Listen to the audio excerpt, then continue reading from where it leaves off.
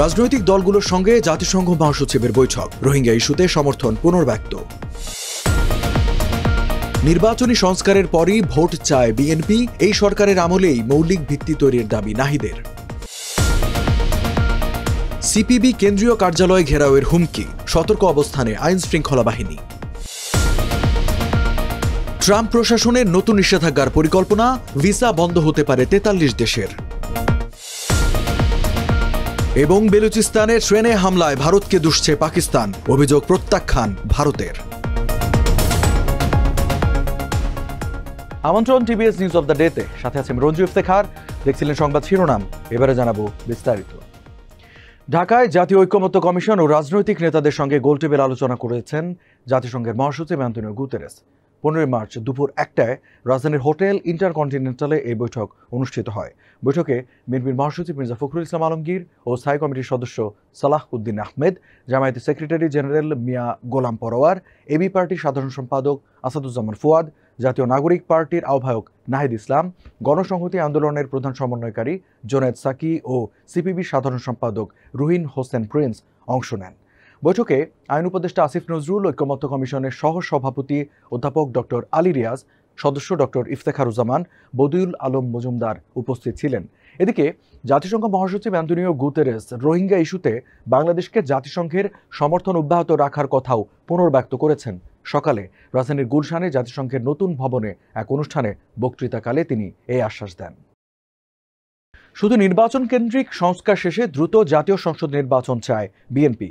জাতিসংঘের মহাসচিবের সঙ্গে বৈঠকের পর সাংবাদিকদের প্রশ্নের জবাবে এই মন্তব্য করেন বিএনপির মহাসচিব মির্জা ফখরুল ইসলাম আলমগীর। আর সংস্কার ছাড়া নির্বাচন কাজে দেবে না বলে মনে করেন জাতীয় নাগরিক পার্টির আহ্বায়ক নাহিদ ইসলাম। তিনি বলেন, সংস্কার ও গণহত্যার বিচারে জনগণের কাছে আমরা প্রতিশ্রুতিবদ্ধ। সংস্কারের মৌলিক ভিত্তি এই সরকারের আমলেই তৈরি করতে হবে। আন্তর্জাতিক মানদণ্ডে জুলাই গণহত্যার বিচার নিশ্চিতে জাতিসংঘের সহায়তা চাওয়া হয়েছে বলে জানান গণসংহতি আন্দোলনের প্রধান সমন্বয়কারী জুনায়েদ সাকি। মূলত যে নির্বাচন কেন্দ্রিক যে বিষয়গুলো আছে সেগুলো করে ফেলা এবং তার দ্রুত ইলেকশন করা এবং একটা পার্লামেন্টের মাধ্যমে বাকি বিষয়গুলোকে আপনার করতে হবে। এটা একটা চলমান প্রক্রিয়া। আমাদের জনগণের কাছে আমাদের যে কমিটমেন্ট সংস্কারের যে ধারাবাহিকতা, সেটার বাস্তবায়নের জন্য আমরা জুলাই সনদে তার দ্রুত বাস্তবায়নের কথা বলেছি।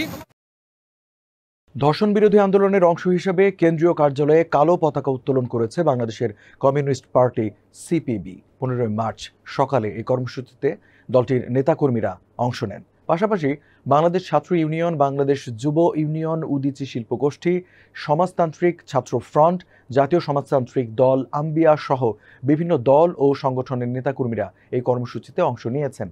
এদিকে ঢাকার পুরানা পল্টনের মুক্তি ভবনে সিপিবির কেন্দ্রীয় কার্যালয় ঘিরে রাখে পুলিশ ও সেনাবাহিনী। সিপিবি কার্যালয় দখল ও হামলার গোপন তথ্যের ভিত্তিতে অপ্রীতিকর ঘটনা এড়াতে আইন শৃঙ্খলা বাহিনীর সদস্যরা সতর্ক অবস্থানে রয়েছে বলে জানায় প্রশাসন। যুক্তরাষ্ট্র ভ্রমণের ক্ষেত্রে 43টি দেশের নাগরিকদের ওপর নানা মাত্রায় নিষেধাজ্ঞা আরোপের পরিকল্পনা করছেন ডোনাল্ড ট্রাম্প। প্রশাসনের কর্তা ব্যক্তিদের বরাতে এই তথ্য জানিয়েছে মার্কিন গণমাধ্যম নিউ ইয়র্ক টাইমস। প্রতিবেদনে বলা হয়েছে, যুক্তরাষ্ট্রের কূটনৈতিক এবং নিরাপত্তা কর্মকর্তারা এই সংক্রান্ত একটি খসড়া তালিকা তৈরি করেছেন। তবে চূড়ান্ত প্রস্তাবে আসতে পারে আরও কিছু পরিবর্তন। ভ্রমণ নিষেধাজ্ঞার খসড়া প্রস্তাবে দেশগুলোকে 3 ভাগে ভাগ করা হয়েছে। এর মধ্যে সম্পূর্ণ ভ্রমণ নিষেধাজ্ঞা দেওয়া লাল তালিকায় আছে আফগানিস্তান, ইরান সহ 11টি দেশ। নতুন ভিসা বন্ধের কমলা তালিকায় রাখা হয়েছে পাকিস্তান, মিয়ানমার সহ 10 দেশের নাম। আর নির্দিষ্ট ঘাটতি কিংবা ত্রুটি নিরসনে 60 দিনের সময় দিয়ে 22 দেশকে রাখা হয়েছে হলুদ তালিকায়। ট্রেন ছিনতাইয়ের ঘটনায় ভারতকে দায়ী করল পাকিস্তান।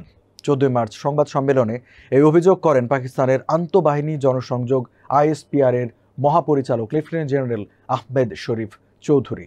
তিনি বলেন, বেলুচিস্তানে সন্ত্রাসবাদের প্রধান পৃষ্ঠপোষক ভারত। জাফর এক্সপ্রেসে সর্বশেষ হামলাও তাদের মদদে হয়েছে।